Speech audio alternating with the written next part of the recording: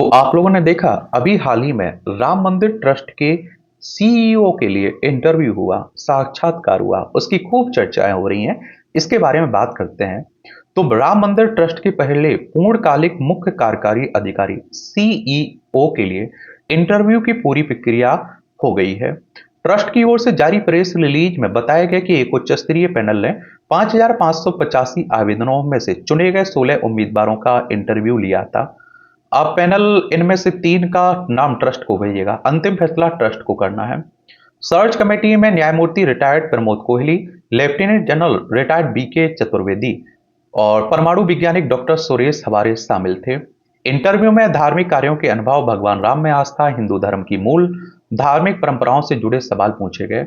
Interview के दौरान यह भी पूछा गया कि क्या उम्मीदवार चोटी रखते हैं, जनेऊ पहनते हैं, शुद्ध शाकाहारी हैं या मांसाहारी, शराब का सेवन करते हैं या नहीं, कट्टर हिंदू हैं या केवल आस्थावान, क्या वे हिंदू धर्म के अनुरूप वस्त्र पहनने में सहज होंगे और अन्य धर्मों के बारे में उनकी क्या राय है। राम मंदिर में चढ़ावा चोरी के आरोप सामने आने के बाद ट्रस्ट ने पूर्णकालिक सीईओ नियुक्त करने का फैसला लिया था। जिन लोगों के लिए इंटरव्यू लिए गए उनमें 3 पूर्व आईएएस, 1 पूर्व आईपीएस और 4 पूर्व सैन्य अधिकारी शामिल थे।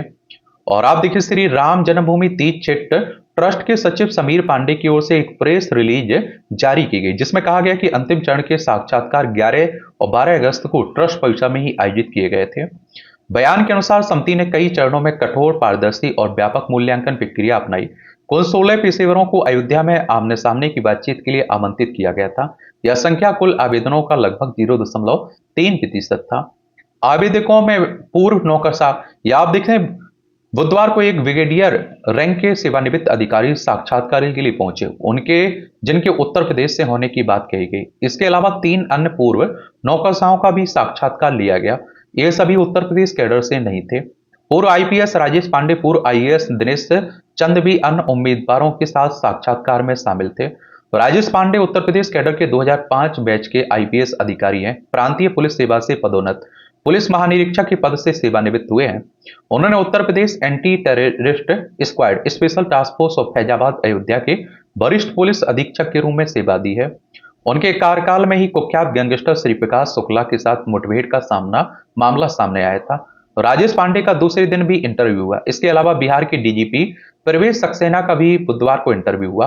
प्रवेश सक्सेना बिहार के वर्तमान पुलिस महानिदेशक हैं और दिनेश चंद उत्तर प्रदेश कैडर के 2012 के बैच के आईपीएस अधिकारी, प्रांतीय सिविल सेवा से पदोन्नत विशेष सचिव के पद से सेवानिवृत्त हुए हैं। उन्होंने जौनपुर, बहराइच, कानपुर देहात और सहारनपुर के जिलाधिकारी के रूप में कार्य किया है और उन्हें the Indian express excellence in governance पुरस्कार से सम्मानित किया गया था। और सूत्रों ने कहा कि 40 से 50 मिनट तक चले इंटरव्यू में धार्मिक कार्यों के अनुभव, भगवान राम में आस्था, हिंदू धर्म की अन्य धार्मिक परंपराओं से जुड़े सवाल पूछे गए हैं। और ये आप देखते हैं कि सूत्रों ने बताया कि उम्मीदवारों से उनकी नेतृत्व क्षमता, धार्मिक और सामाजिक सहभागिता, राम मंदिर के लिए उनकी दृष्टि, कार्य योजना के बारे में भी सवाल पूछे गए। सभी साक्षात्कार राम मंदिर परिसर स्थित ग्रीन हाउस में हुए। कब, कहां और किन लोगों ने लिए इंटरव्यू, तो आप देखिए सभी 16 उम्मीदवार सोमवार देर रात अयोध्या पहुंचे। ट्रस्ट की ओर से सुझाए गए विभिन्न स्थानों पर ठहरे। पूरी साक्षात्कार प्रक्रिया बंद कमरे में की गई। ट्रस्ट सूत्रों ने बताया कि उम्मीदवार सुबह करीब 9 बजे राम मंदिर परिसर में पहुंचे और इंटरव्यू प्रक्रिया सुबह 10 बजे शुरू हुई।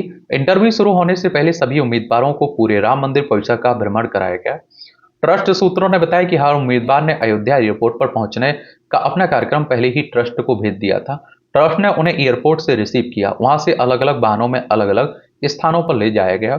उन्होंने आगे कहा कि इंटरव्यू राम मंदिर परिसर में ही लिए जा रहे हैं और उम्मीदवारों को मीडिया से बातचीत न करने के निर्देश दिए गए।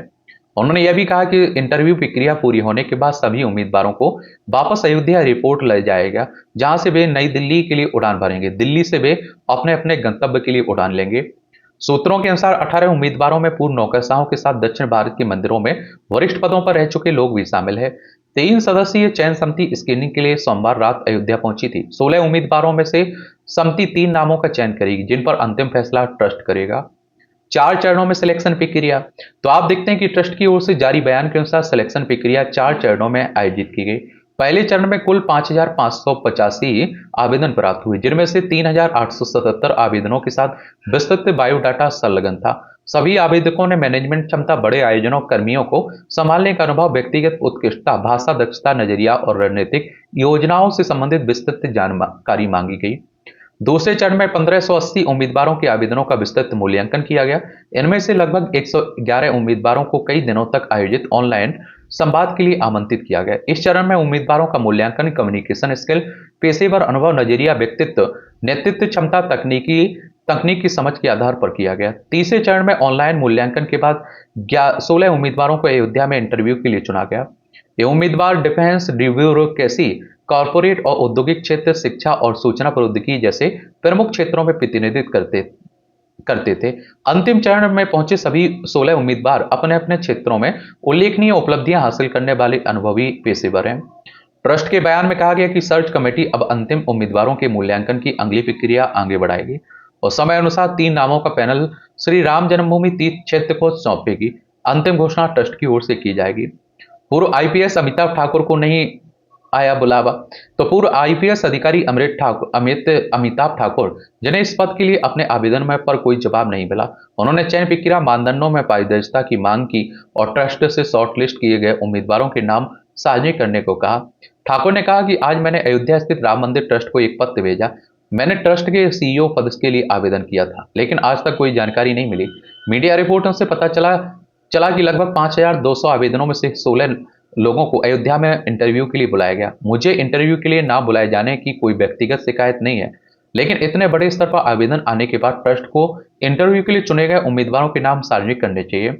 इसके साथ ही शॉर्टलिस्ट के मानदंड भी बताए जाने चाहिए। आवेदकों को उनके चयन या अस्वीकृति की सूचना आधिकारिक सूचना दी जानी चाहिए। मेरा मानना है कि पूरी प्रक्रिया में पारदर्शिता बनाए रखी जानी चाहिए। राम मंदिर निर्माण समिति के अध्यक्ष नृपेंद्र मिश्रा पहले ही कह चुके हैं कि दुनिया की सबसे अधिक चर्चित मंदिर परियोजना में पेशेवर प्रशासन पारदर्शिता सुनिश्चित करने के लिए पूर्णकालिक सीईओ की नियुक्ति बेहद आवश्यक है। ट्रस्ट ने स्पष्ट किया कि यह नियुक्ति पूरी तरह स्वायत्त होगी और सीईओ की शक्तियां ट्रस्ट तय करेगा। इसमें किसी सरकारी हस्तक्षेप की भूमिका नहीं होगी। सीईओ सीधे ट्रस्ट के महासचिव को रिपोर्ट करेगा। ट्रस्ट के एक वरिष्ठ अधिकारी ने कहा कि सीईओ ट्रस्ट के मार्गदर्शन में दीर्घकालिक योजना भी तैयार करेगा ताकि ट्रस्ट डीड में निर्धारित उद्देश्यों को पूरा किया जा सके। ट्रस्ट के सीईओ के रूप में नियुक्त व्यक्ति संगठन की सभी वैधानिक, प्रशासनिक और वित्तीय जिम्मेदारियां निभाएगा। ट्रस्ट के अनुसार सीईओ की जिम्मेदारी होगी कि वह संगठन की प्रगति, आकार के अनुरूप व्यवस्थाएं, प्रक्रियाएं, संचालन संबंधी कार्य प्रणालियां विकसित करे और संस्था के उद्देश्यों, प्रगति का आकार के अनुसार संगठनात्मक ढांचे को मजबूत और विकसित करे।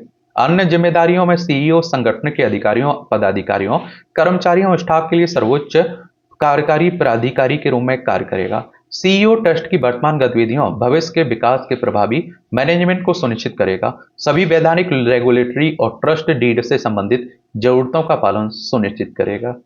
बाकी आप लोग क्या सोचते हैं? अपनी राय जरूर बताइएगा। धन्यवाद।